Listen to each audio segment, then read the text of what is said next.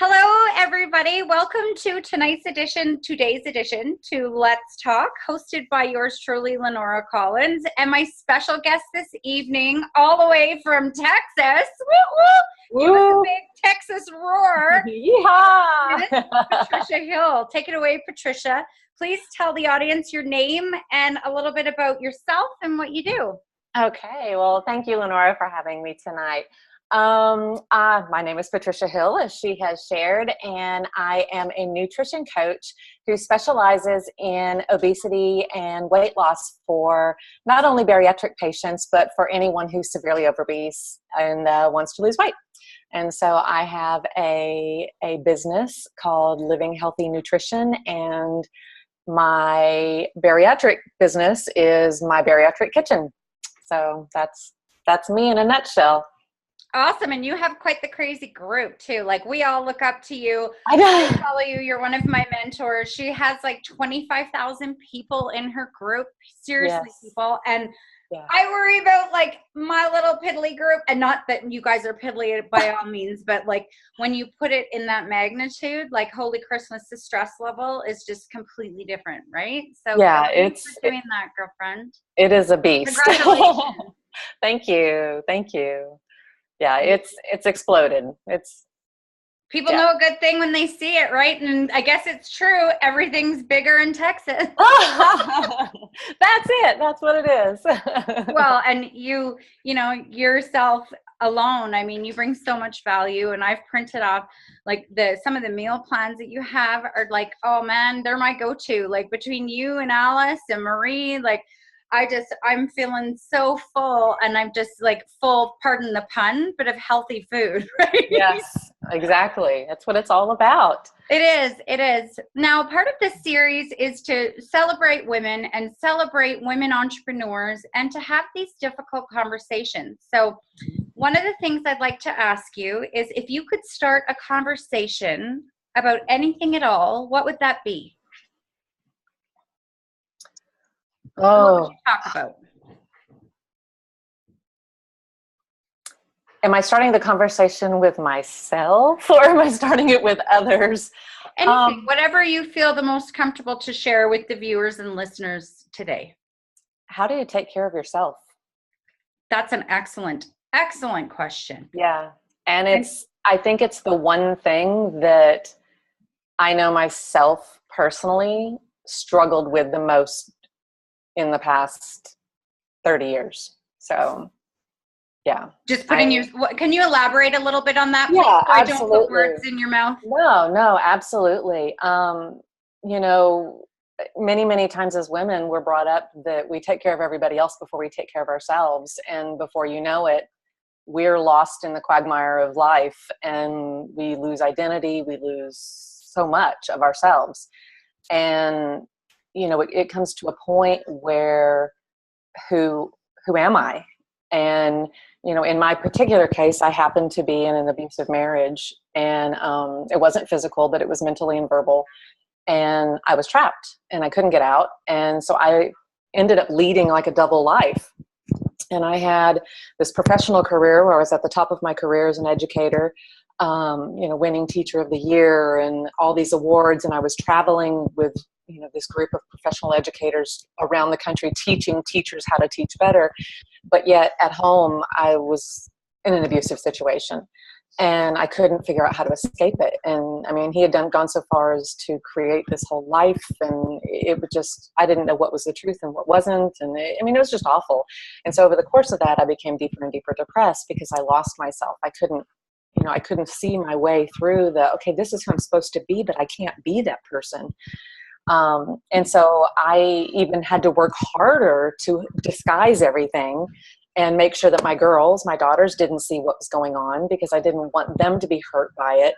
And, you know, it took God on my side, giving me the courage and the strength to leave one day. And I literally left with nothing. I mean, nothing. I didn't even have a car. And I stayed in a hotel for like a week before I found a friend to live with. And I mean, it was bad. And so over the course of the 6 years after that, I went through lots of therapy and, you know, just really found myself again. And, it's been a big discovery in myself. And, starting this business, I've been praying for years for God to open the next door for me, because, I needed something that to focus on, and something that you that can challenged me. It's true, right? Yes. So yeah. two identities, your Miss Patricia person and your Miss Patricia professional, can come together and be whole, because it sounds like it was like two magnets that were like not connected. Oh, it was very much so. And so I just kept waiting for that thing to happen. And when my husband and I decided, let's go ahead and let you have the surgery. I had been wanting bariatric surgery for a long time. I had been obese almost my entire adult life. And, we went ahead, I had the surgery, in July of last year. I've now lost 118 pounds and surpassed my goal weight. I know. And you're friggin' stunning. Like, you are. I know Patricia in person. I know her online, and she's one of my mentors. And thank you again for coming on and sharing so much about your life. And people, she is like even better in person. Like, not that you're not good online, but seriously, girlfriend, like, she's one of those, like, the best people, I call them, right? Like, my mom's a teacher, so it's like, okay, you're prim and proper. And then the second, like, 301, she's the first one to the wine machine and like partying it up, whatever.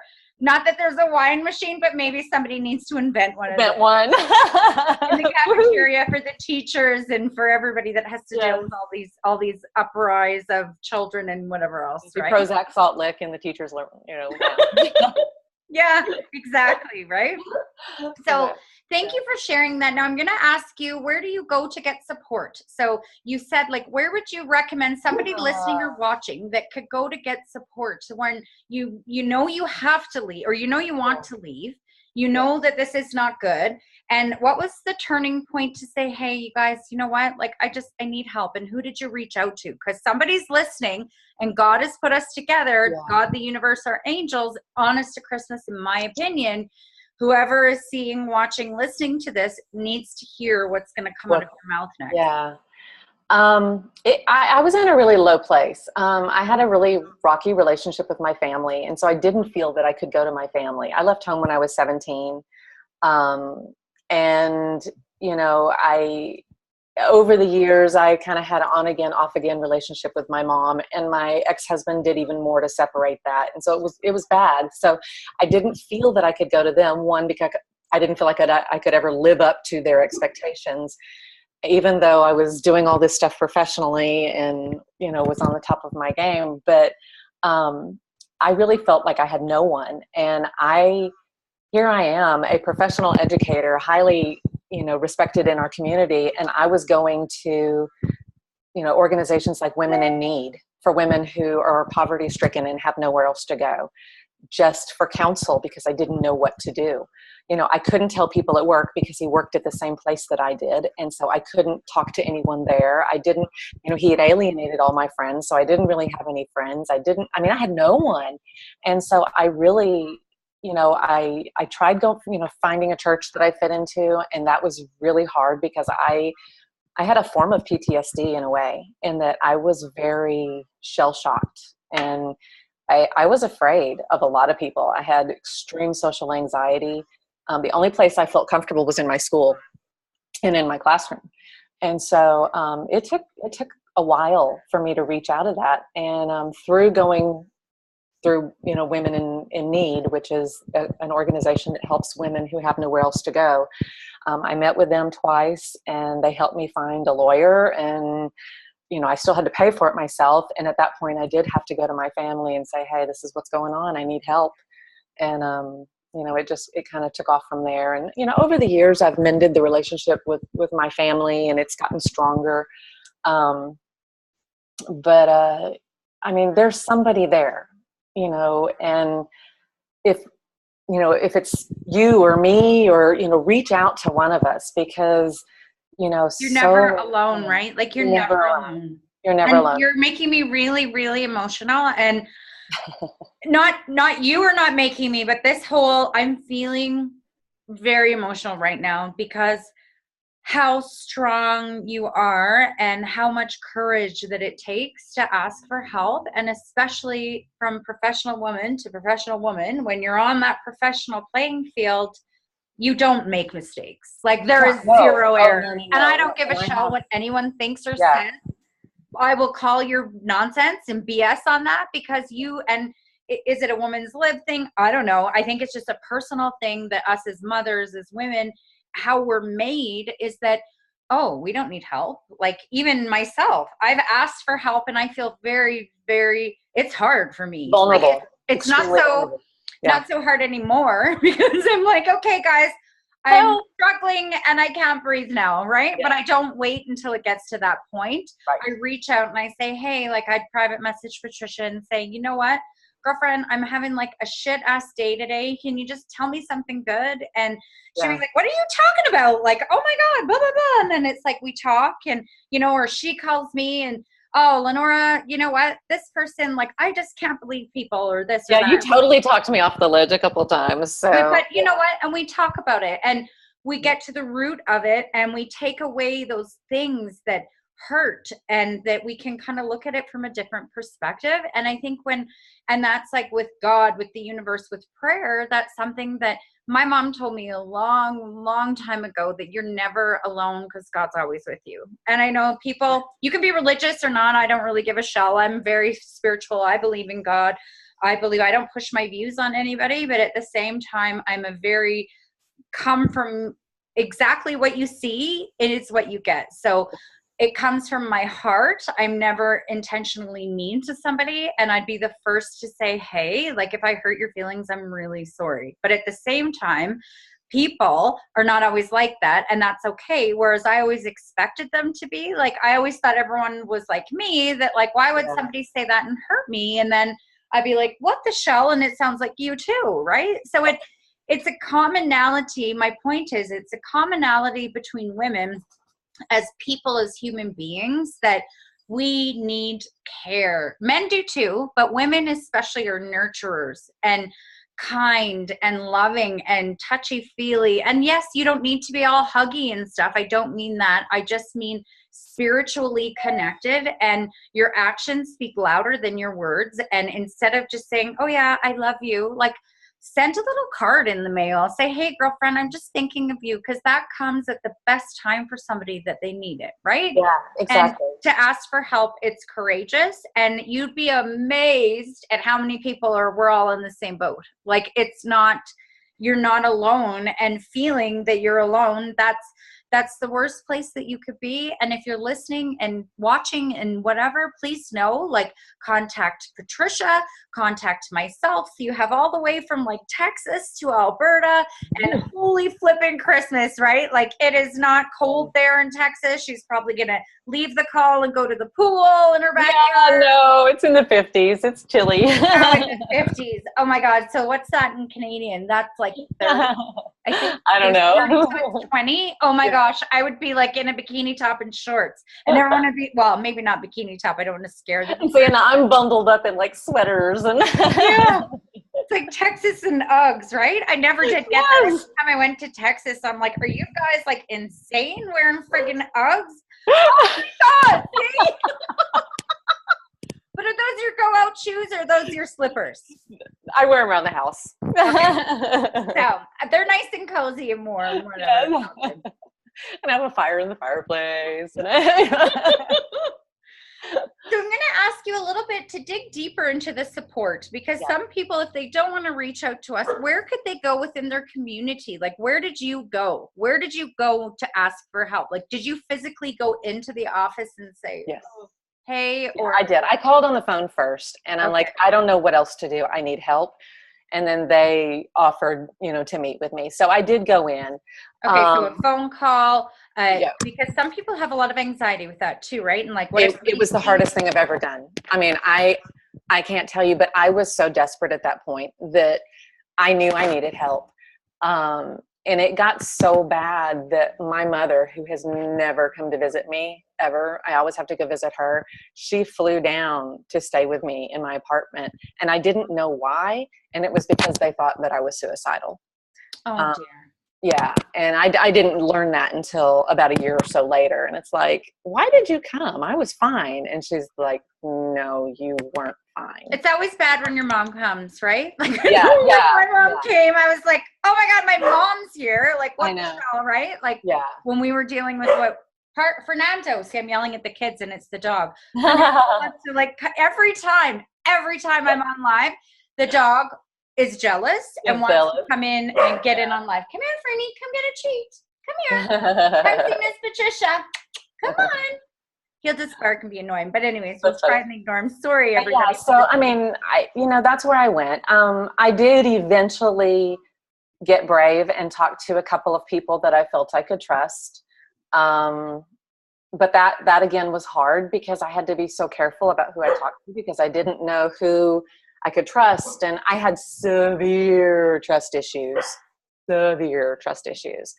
And I still struggle with it a little bit. I've gotten a lot better, but you've strengthened your inner core, right? Yeah, like you've learned to you recognize what bothers you, and you're like, okay, is this me? Is this like my scared Patricia looking at it, or is this like healthy Patricia, right? Like, not that you were not healthy, but it's like Fernando, come here, come get a treat. Well, no, I wasn't healthy for a long time. I mean, I really wasn't.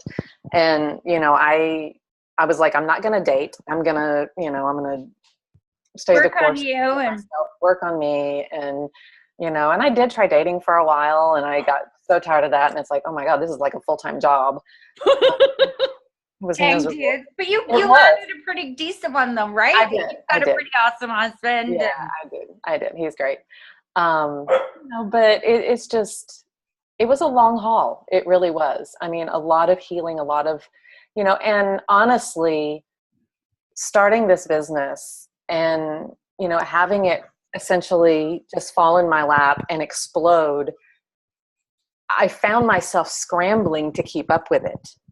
And which is what brought me to, to work with you in Hello Life and, because I didn't know how to run a business. I can run a classroom, I can run a school, but I didn't know how to run a business.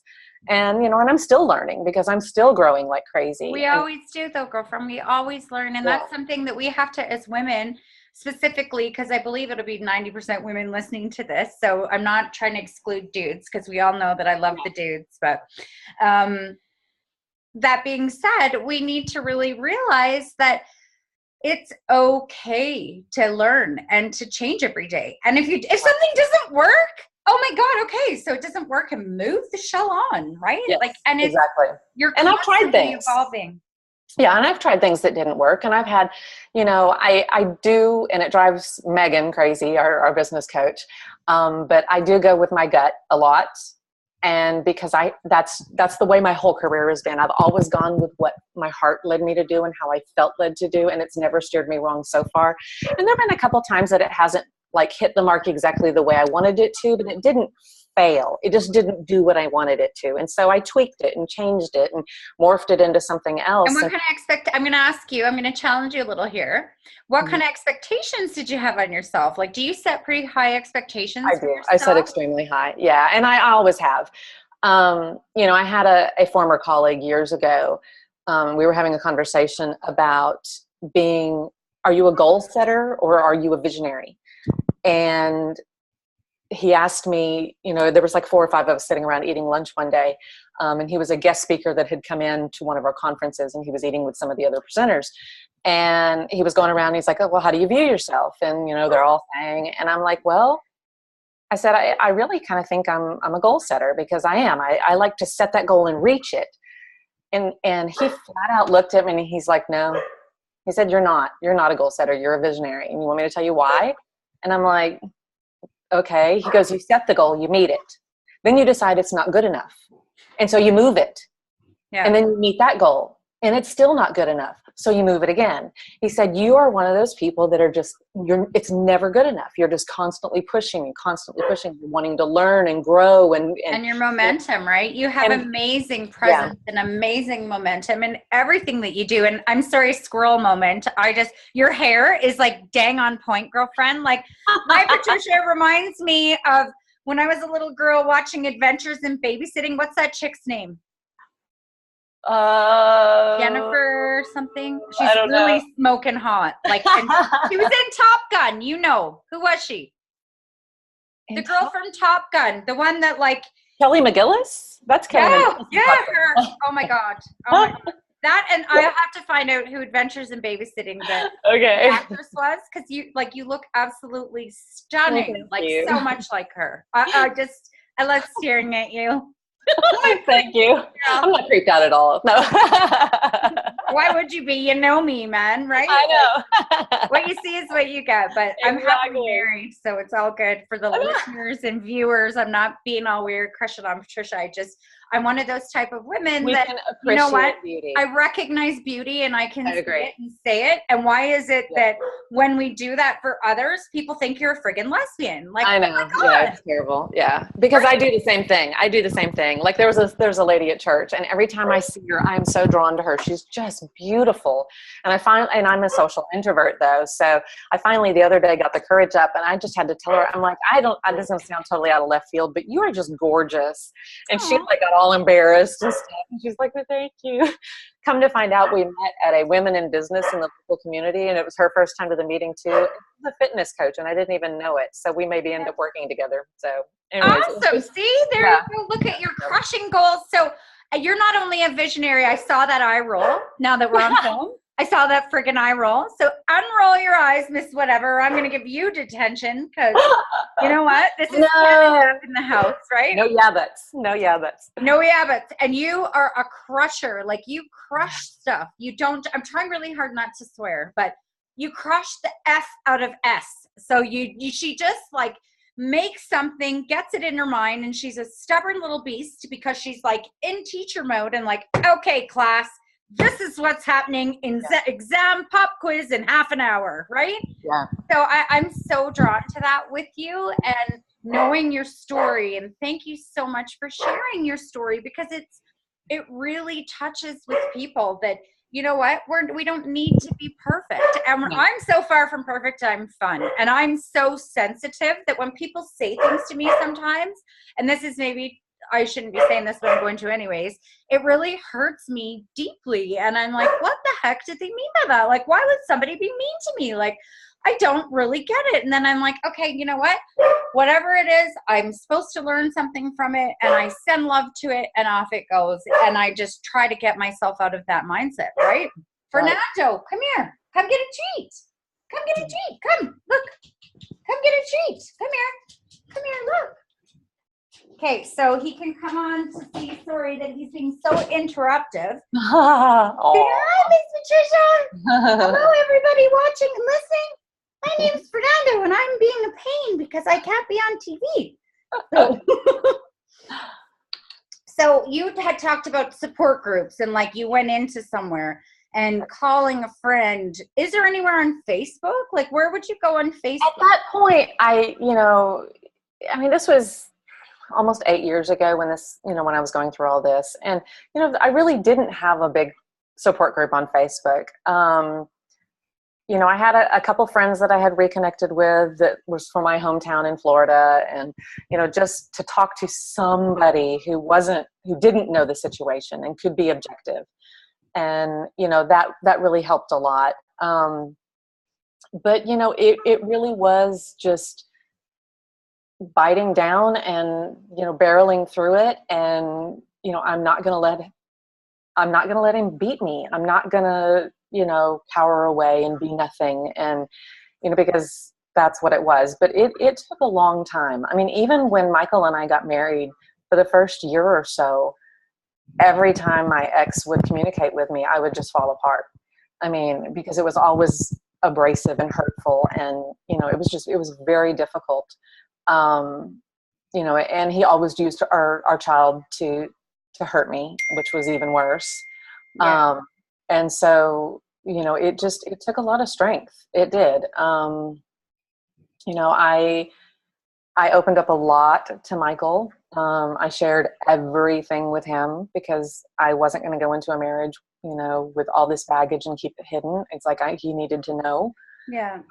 But it took a little bit of time for me to come out of that shell and to start to trust and to, and again, I really do think having this surgery and starting this business and being the bariatric badass that I am, it's been empowering. When I went to Canada in October and visited, with you guys, that was probably the most liberating thing I've done in years.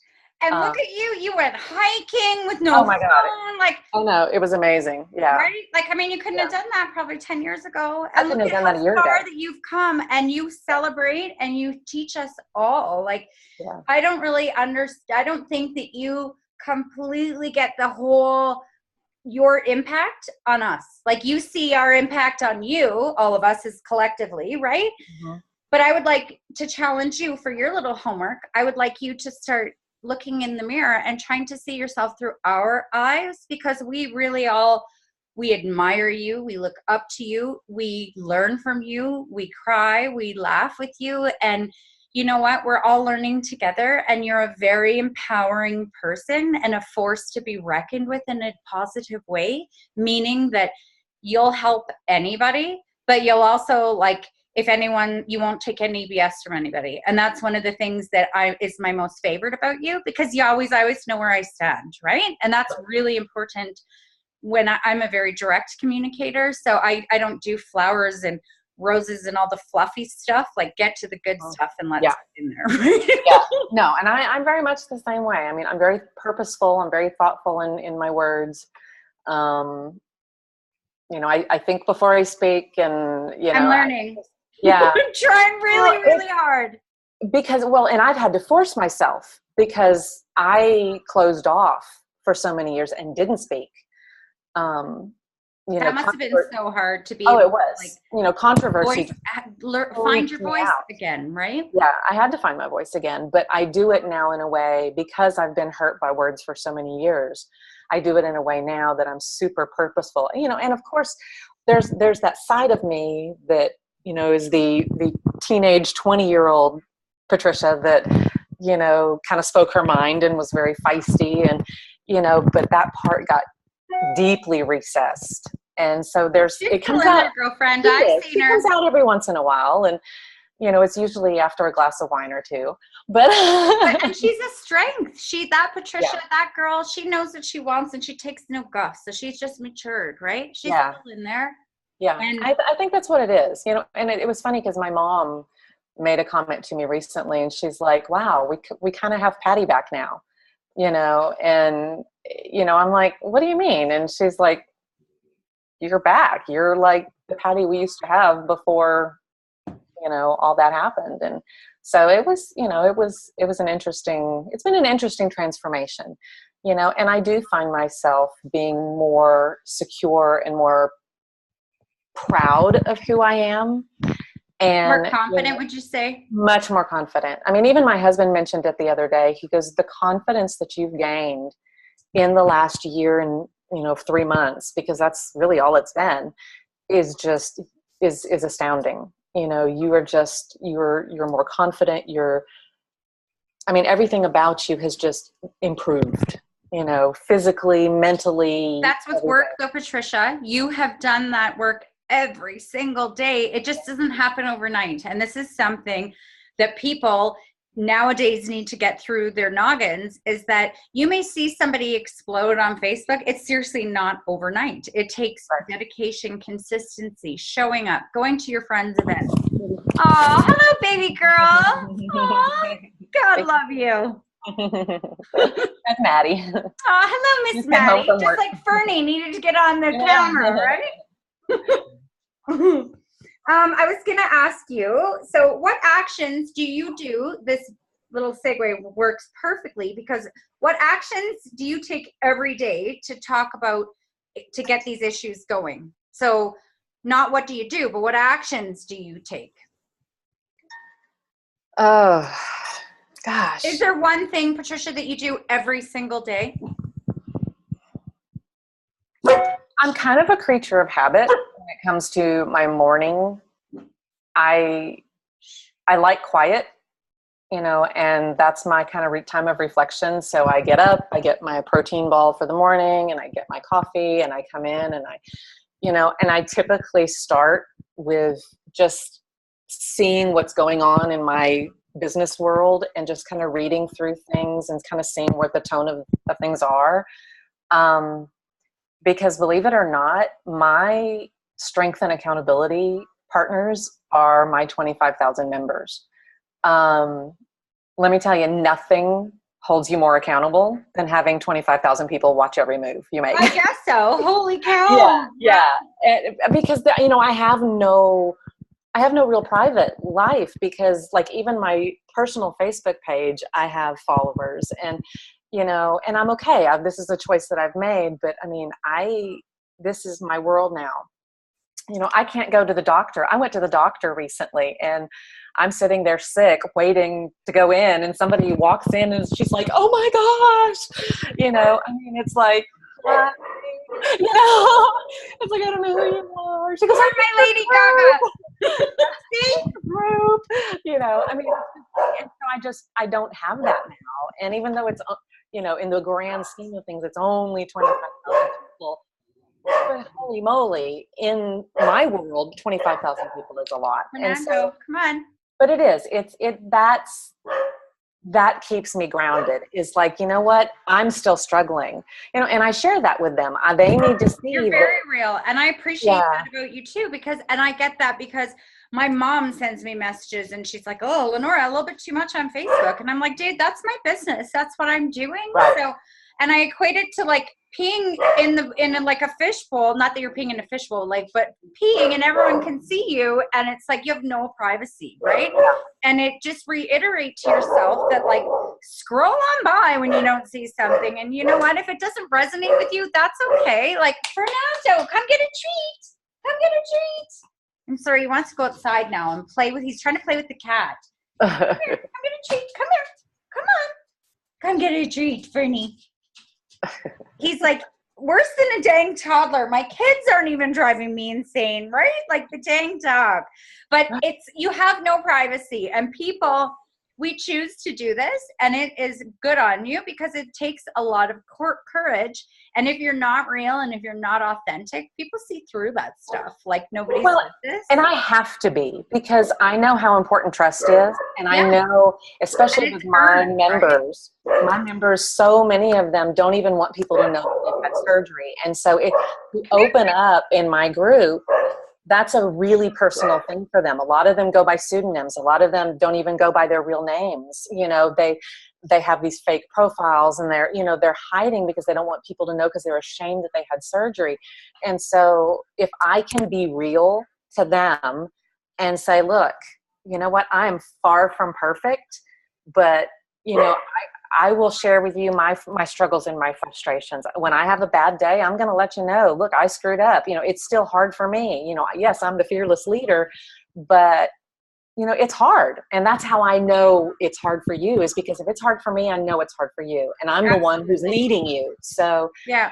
And I think you lead with love, and you lead together. I do. So it's like you don't, and Patricia doesn't put herself above anybody. Like she says, okay, she's in the trenches, digging the trenches with you, but she's the one that says, heave, ho, heave. Okay, left, right, like the general, like the sergeant. And I don't mean that you're like a sergeant, but that's just like a take charge kind of person, right? Well, and it's too, so many of the other groups that are out there, especially other bariatric groups, are so vicious and mean. And, somebody will ask a question and people will just jump all over them, are you an idiot? You shouldn't be doing that. And I mean, they're just so ugly to each other. And this journey is hard enough by itself, whether you're just trying to lose weight because you're obese, or whether you have come get a treat, Fernando.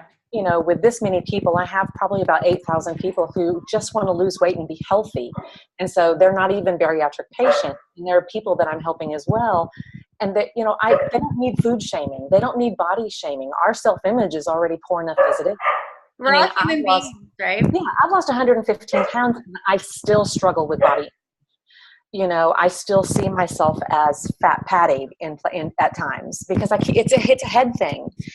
And So I understand that. So in my group, I am all about, kindness and compassion, and, we're going to be nice to each other, or you're going to be gone because you're not my people. If you can't be nice and kind and respectful and helpful, then you don't need to be in my group. Awesome. And what healthy boundaries. Like, listen to that, girlfriend. Like, you just right? That very boundaries. I just don't put up with it. I just another don't. call all in itself. Like, we could talk about boundaries and yes. Yeah. Lots of boundaries. I'd like to ask you now, where do you see yourself next month?